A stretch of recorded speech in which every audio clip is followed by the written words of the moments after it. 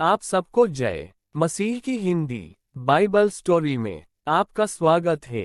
तो आज हम देखेंगे दुनिया में जल प्रलय कैसे आया। एक लंबे समय के बाद बहुत से लोग दुनिया में रह रहे थे, वे बहुत दुष्ट और हिंसक हो गया है, वह बहुत बुरा हो गया। इसलिए परमेश्वर ने निर्णय लिया कि वह एक विशाल बाढ़ के द्वारा इस पूरी दुनिया को नष्ट कर देगा। परंतु परमेश्वर के अनुग्रह की दृष्टि नूह पर बनी रही। नूह धर्मी पुरुषों और अपने समय के लोगों में खरा था। तब परमेश्वर ने उस बाढ़ के विषय में नूह से कहा जिसके द्वारा वह पृथ्वी को नष्ट करने वाला था। इसलिए परमेश्वर ने नूह से एक बड़ी नाव बनाने के लिए कहा। परमेश्वर ने उससे कहा कि तू इस ढंग से नाव बनाना, 140 मीटर लंबी, 23 मीटर चौड़ी और 13.5 मीटर ऊंची बनाना। परमेश्वर ने नूह से कहा कि इस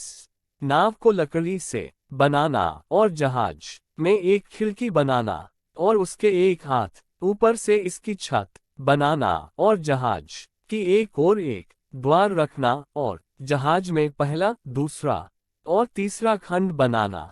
परमेश्वर ने नूह से कहा कि तू अपने परिवार समेत नाव में प्रवेश करना और सब जीवित प्राणियों में से तू एक जाति के पशु, पक्षियों और रेंगने वाले को अपने साथ जहाज में ले जाकर अपने साथ जीवित रखना। परमेश्वर की इस आज्ञा के अनुसार नूह ने किया। नूह और उसके 3 बेटों ने नाव की रचना वैसे ही की जैसे परमेश्वर ने उनसे कहा था। उस नाव को बनाने के लिए कई वर्ष लग गए, क्योंकि वह नाव बहुत बड़ी थी। नूह ने लोगों को बाढ़ के विषय में चेतावनी दी और कहा कि परमेश्वर की ओर मन फिराओ, पर उन्होंने नूह पर विश्वास नहीं किया। नूह और उसके परिवार ने जानवरों के लिए पर्याप्त भोजन इकट्ठा करा। जब सब कुछ तैयार था, तब परमेश्वर ने नूह से कहा कि अब समय है कि वह अपनी पत्नी, 3 पुत्रों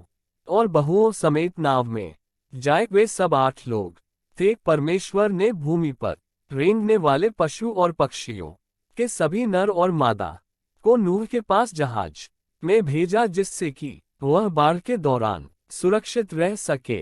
परमेश्वर ने सभी तरह के पशुओं के 7 नर और 7 मादा को भेजा, जिनका प्रयोग बलिदान के लिए किया जा सके। जब वे सब जहाज पर चढ़ गए, तब परमेश्वर ने जहाज का द्वार बंद कर दिया। फिर जल प्रलय का आरंभ हुआ। जल प्रलय पृथ्वी पर बिना रुके 40 दिन और 40 रात तक होता रहा।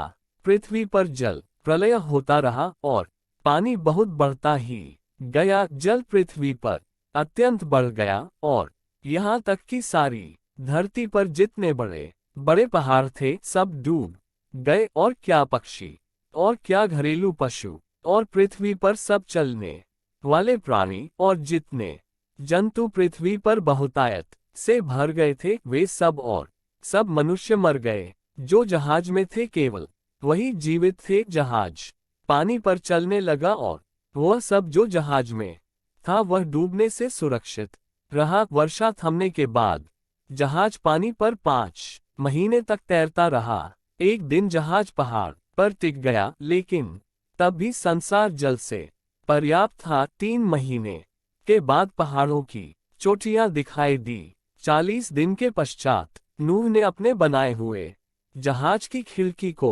खोलकर एक कौवा पक्षी उड़ा दिया, ये देखने के लिए कि कहीं पृथ्वी पर जल सूख गया या नहीं। कौवा शुष्क भूमि की तलाश में इधर उधर उड़ा, पर सूखी भूमि को न पाया। फिर नूह ने कबूतर पक्षी को भी उड़ा दिया, लेकिन जब कबूतर को अपने पैर टेकने के लिए कोई आधार न मिला, तो वह जहाज में उसके पास लौट आया। तब 7 दिन के बाद उसने उसी पक्षी को फिर उड़ा दिया। और जब कबूतर सांझ के समय उसके पास आ गई, तो क्या देखा कि उसकी चोंच में जैतून का एक नया पत्ता है।